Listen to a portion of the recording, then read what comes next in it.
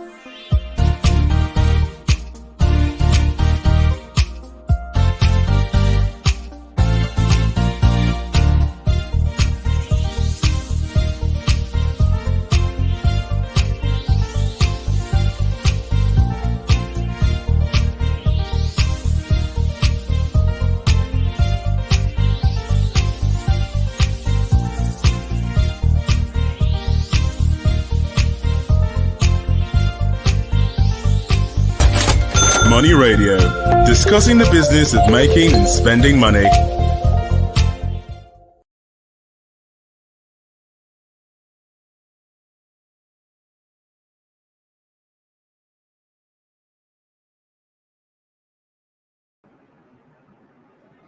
From the beautiful city of Abuja, it is my pleasure this Tuesday afternoon to welcome you to the agribusiness segment of Money Radio on Leadership TV. Today we are discussing a topic that says enhancing groundnut production and processing in Nigeria. Enhancing groundnut production and processing in Nigeria. To discuss that topic with me in the studio is Mr. Paul Uwadima. Mr. Paul, you're welcome. Thank you for having me. And I'm your host, Case Hammond. In the past, groundnut was a prominent product when it comes to cash crops and contribution to Nigeria's gross domestic product. In fact, between the 1960s and the 1970s, groundnut contributed something in the neighborhood of 70% of Nigeria's exports. And then you had palm oil, you had other cash crops. But with the discovery of oil and some other factors, Nigerians seem to have neglected the production, the production and processing of groundnut. And that has had an impact, and I would say it's a negative impact on the Nigerian economy, because slowing down in the growth of the groundnut is slowing down in a subsector of the agricultural sector. So, Mr. Paul, we're talking about production and processing of groundnuts in Nigeria. Could you bring us up to speed with where we are coming from, and where we are? Yeah, thank you for the question. And as you rightly pointed out, groundnut used to be a major GDP contributor to the Nigerian economy, and also a major export. And many could remember or have read about the famous groundnut pyramid. That was at the height of groundnut production in Nigeria. That time, there was much attention paid to the agricultural produce in Nigeria, not just groundnut, both cocoa, palm produce, and all the rest. So that was the height of groundnut production shortly after independence and before independence. Like you rightly pointed out, the discovery of oil has affected it, our concentration or interest in groundnut production. But we are still a major producer of groundnuts in the world. That's true. Let us not demystify that fact. We are the largest producer of groundnuts in West Africa. By 51%. We account for 51% of the groundnut produced in West Africa. We are the largest producer of groundnut in Africa. We count for about 30-something percent of 39% produced in Africa. So, and we are the third largest in the world. We account for about 10% of global production.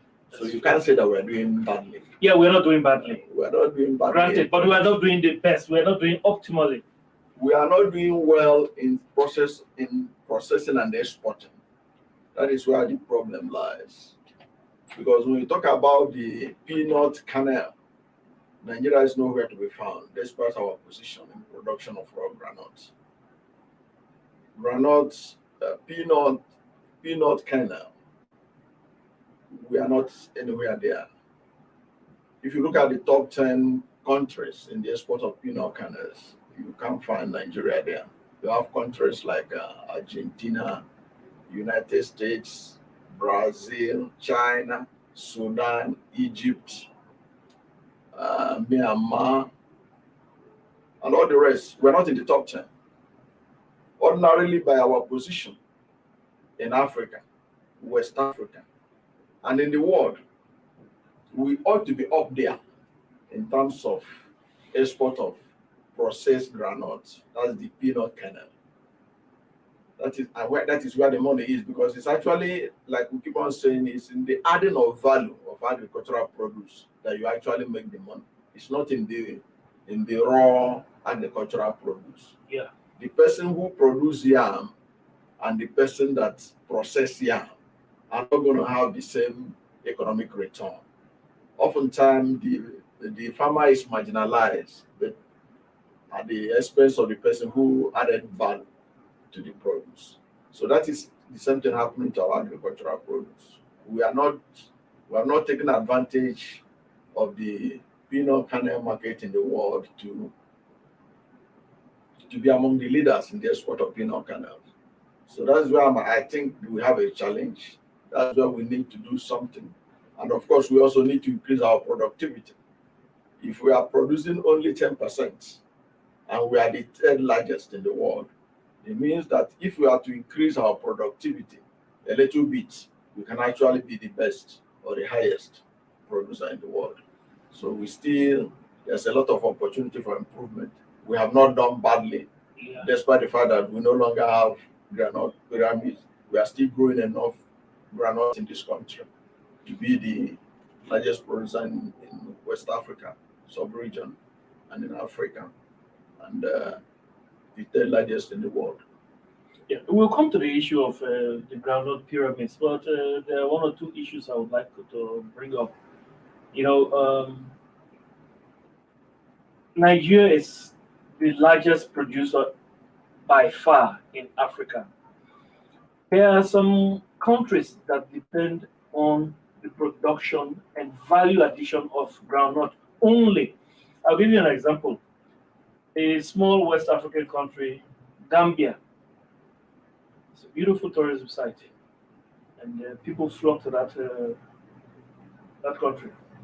Europeans and Americans flock to the Gambia, of course, because of the seashells and some other things. But what built the infrastructure of Gambia? Groundnut. Yes, Gambia is built on groundnut. Now, considering the fact that Nigeria is the largest producer, what is it that is missing? We talked recently about agricultural production in Nigeria. We talked about comparative advantage. Nigeria having comparative advantage in the production of some agricultural produce. For example, yam, another example, cassava. But this is just another one we're talking about. Groundnut. That Nigeria produces something about 51% of the West African sub-region's groundnut. But we see a low producer putting in their best, and they are, in fact, the economy or the infrastructure of that country, I'm talking about Gambia, the Gambia is built on the proceeds from groundnut. What are we missing? What we're missing is just what I told you. Is we are missing a lot of investment in the sector, because we are concentrated in the production. Even in the production, we have not made effort to produce groundnut all year round. With irrigation agriculture, we should be able to grow groundnut all year round, so that we are not restricted by producing groundnut only when there is rain. Are you getting it? Yes. So our groundnut production have been restricted mostly during the rainy season. It ought not to be so. We should be able to produce groundnut all year round, because the people that need groundnut all over the world, they need it all the time. Yes. They need it from January to December. So there's a need for us to have groundnut all year round. So there should be a program for dry season groundnut farming, so that throughout the whole year there will be no time Nigeria will not be in a position to have enough groundnut, both for domestic use and for export. That's one of the things we need to do. Then we need to begin to invest in the sector. so that we can add value. Because groundnut is one of the agri-produce that has a lot of byproducts. That's why it is used for several industrial uses, both for cosmetics, for soap making, for even leather, so many other uses. Oils. So there's enough demand for groundnut and its byproduct, both locally and internationally. I think that's enough incentive for government to look at a way of putting more money in the groundnut production. I think that's what we need to do in the country. We're not paying much attention to it because perhaps the money that is generating right now is not encouraging in terms of export. But we can do better. We can do better when we begin to add value to it. As I told you, as a major producer of groundnut in the world, a country that is the third largest producer of groundnut. But when you look at processed groundnut, like peanut kernel, you didn't see Nigeria in the top 10. So you ask yourself, what's going on? Why should those countries that don't even produce as much as Nigeria, why are they dominating in the money making business of peanut kernel, which is generating huge billions of dollars for India, for Argentina, for United States, for China? So that's the question we should ask ourselves. What do we need to do to make sure that we tap into that market? I think basically that is the most important thing to ask now. Because even at the level of our productivity, we are not doing badly, to be frank. But we can do better. We're not doing badly. We can do better. What we should think about is how to tap into the export of groundnuts, so that when they are talking about the top 10 exporters of groundnuts, processed groundnuts, which is used for butter, for peanut butter and all whatnot, will be top there. We are not really there, and that's what we need to do something about. And the only way we can do it is, like I said, we should increase our productivity of groundnuts by making sure that groundnut can be grown in Nigeria all year round. Now, sometimes people produce, and there comes the problem of farm to market. And when the farmer does not have buyer, it serves as disincentive. Yes. But there are buyers out there. There are buyers. Now, is there a way that there can be created some kind of link between the farmers and the buyers, so that export, not just national production and consumption, but export of this product can actually be enjoyed by farmers? We'll ask that question when we come back from a short break. Let's take a short break. Stay tuned, listeners.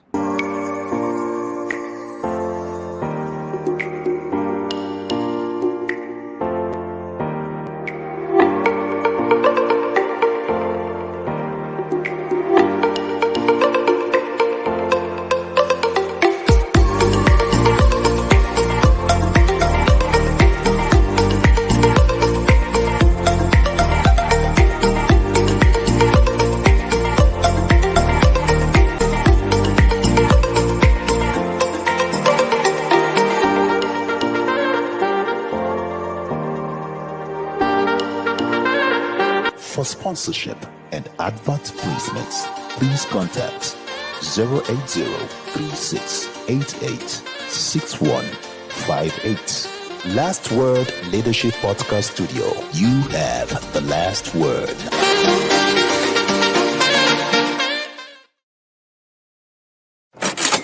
Money Radio, discussing the business of making and spending money. Welcome back, viewers. You're still on to Money Radio, and this is the agribusiness segment of the program on Leadership TV. Still with me in the studio discussing an issue: enhancing production and processing of groundnut in Nigeria. In the studio, still here with me is Mr. Paul Wadima, and I'm your host, Case Hammond. So, Mr. Paul, just before we went on that break, we're asking a question. To encourage farmers to produce more, can't government create a kind of incentive by making sure there is that channel that once you produce, you have ready buyer? What do you think? Um, Thank you for this question. You know, one thing about this country is the inconsistency of policies. Sometimes governments bring in policies that you ask yourself, what were they thinking about when they changed the previous policy? During the height of the Groundnut pyramid that people talk about or that people read about, there was a marketing board by the government. That marketing board supposed to be like a warehouse where the groundnuts that is produced by the groundnut farmers, many of them smallholder farmers, it was a ready market where these groundnuts are being sold. But you know, because of alleged corruption and all that, the marketing board was abolished. It's one of the tragedies of Nigerian agricultural system that no more marketing board, but not adequate arrangement was made to put something in its place. The marketing board was actually one of the incentives put out there at the time so that groundnut farmers will not suffer loss. No matter the quantity you grow, there is a ready market board that will take care of that. And it helps also to stabilize the market. Unlike what we have now, that the market is purely on demand and supply. Nothing is controlling it. So the price of groundnut can go high up there, hit the roof, or it can be at the bottom depending on the season of the year. So what we need to do is perhaps government need to resuscitate the marketing board. That marketing board will help to at least assure farmers, no matter how much quantity you're able to produce, no matter how many tons you get, there is a ready market for it. And it will also enhance easier export of groundnut out of Nigeria. That's my position on it. It's not rocket science. It's nothing new. We have done that before. We have marketing board where these things are handled, so we can resuscitate them, whether at the state level or at the national level, or even at the local government level. Now, Mr. Paul, So that they will be within the reach of the farmers. They don't have to move to the state capital to go and have contact with the members of the marketing board. The marketing board should have offices in local governments and states. you make a good point there. Now, Mr. Paul, at a time, Nigeria, 70% of Nigeria's export was groundnut. Can such a time come back? I will first of all answer that question by saying it's not likely. It's not likely because we have oil right now. Nigeria, groundnut cannot, at this time, overtake the revenue capacity, revenue earning capacity of crude oil. We have other products that are being sold. Of course, we have ginger there. It's in high demand by foreigners. We have sesame seed. We have cashew nuts. There are many other of those agricultural products. So groundnut may not actually take that position again of being Nigeria's 70% of Nigeria's export being from groundnut. However, there are some of those factors that militated against the production of groundnut, that diverted people's attention or made people to abandon the production of groundnut. I will name rural urban drift that contributed. Besides the discovery of oil, rural urban drift, you see that even young people who are supposed to be out there tilling the soil, they are trying to get city life. In fact, they prefer to ride Okada or Keke Napep to make money. That may be easy money for them, and so it's something that it's like a trend that is going to be difficult to reverse. Then at the time there was this virus called Rosette virus, which caused many farmers to lose hectares of potential produce. It didn't work during that time because of that virus, which affected groundnut. So those are factors that militated against the production of groundnut. However, how near do you think we can go back to the period of the groundnut pyramid? In fact, if we are serious, this is even the time we need to do that. I see a situation where we are going to do that once again because the atmosphere. You are confident? Yes, the atmosphere is conducive for it. Tell us about One, the atmosphere. The world is divesting from oil, crude oil. That's true. The divesting of oil means the world is trying to move away from carbonated oil. That's why you see that there is less investment in petroleum exploration around the world. American companies, many of them are not putting in money for exploration anymore because the world is diverting to renewable energy. Very soon, many countries are not going to allow fuel-driven cars to be in their streets. It's only a matter of time. So with more countries that move towards green energy, there will be less demand for oil and therefore less investment in that sector. Countries like Nigeria, which had become an oil-dependent country, have no choice. They are condemned to move to another sector that can generate foreign exchange for it. So something like groundnut is probably has to be supported more than they are doing right now. So in fact, I see a lot going for agricultural sector because that's the only hope for Nigeria right now. Because since we depend on petroleum exports, and petroleum exports is running out of demand, let us face it. In the next 30 years, I doubt if anybody will be asking after Nigerian petroleum.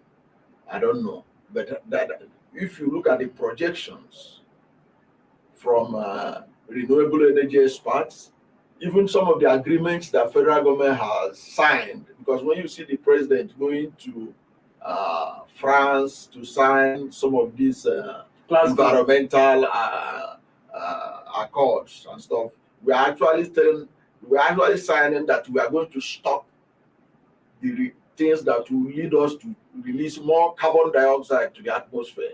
Yeah. And use petroleum produce is one of those. And you can see even the vice president have been, one of these summits he attended, they have been, trying to let them understand with Nigeria in terms of allowing us to still invest in the sector, in the oil sector. Are you getting it? Yeah. People are not ready to put money. So with that kind of divestment, the loss of interest and technological shift away from petroleum to renewable energy, I think there's a lot of opportunity for groundnut production in this country, because at that time, when we can no longer export our oil as we used to do, we have to find other avenues to generate money to run the country, and you may see the return of groundnut pyramid, and it will be nice. Already, we have about at least 19 states of the north. They are the major groundnut production zone in the country. I think, and they are doing well. They are the reason why we are the largest producer of the produce in Africa. I think with much motivation and drought is always a problem with groundnut production in the north. So with motivation by government, irrigation support to the farmers so that they can produce groundnut all year round instead of having it as a seasonal produce. The sky is the limit in groundnut production in this country. Yeah. That's my position. And I want to speak in favor of groundnut. Groundnut is a healthy food, very healthy, rich in protein. It's in fact many vitamins.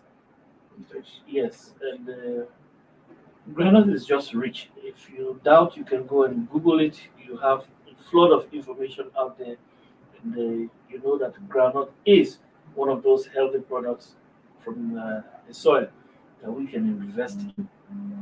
There are many other products that you can get from that groundnut we're talking about. Of course, you have the normal groundnut oil, you have peanut butter, but then there are some industrial products that groundnut can derive from groundnut. Even for making soap, for leather. Yes. Yes. So many other industrial use of groundnut. Yes. And so that is obviously one of those products that Nigeria should invest in. And I say Nigeria has comparative advantage when it comes to the production of groundnut. We can be competing with China and India favorably in that area. So that's how we want to call it the day of this program. It has been the agribusiness segment of Money Radio on Leadership TV. It's been nice having you, Mr. Paul. Thank you for having me. And we say thanks also to our producers, but the biggest thanks go to you who follow us loyally on this program. Until we meet tomorrow for another edition of Money Radio, it is my pleasure. My name is Case Hammond, and it's my pleasure to say have a great day. God bless you. Thank you for watching. For sponsorship and advert placements, please contact 080-3688-6158. Last Word Leadership Podcast Studio. You have the last word.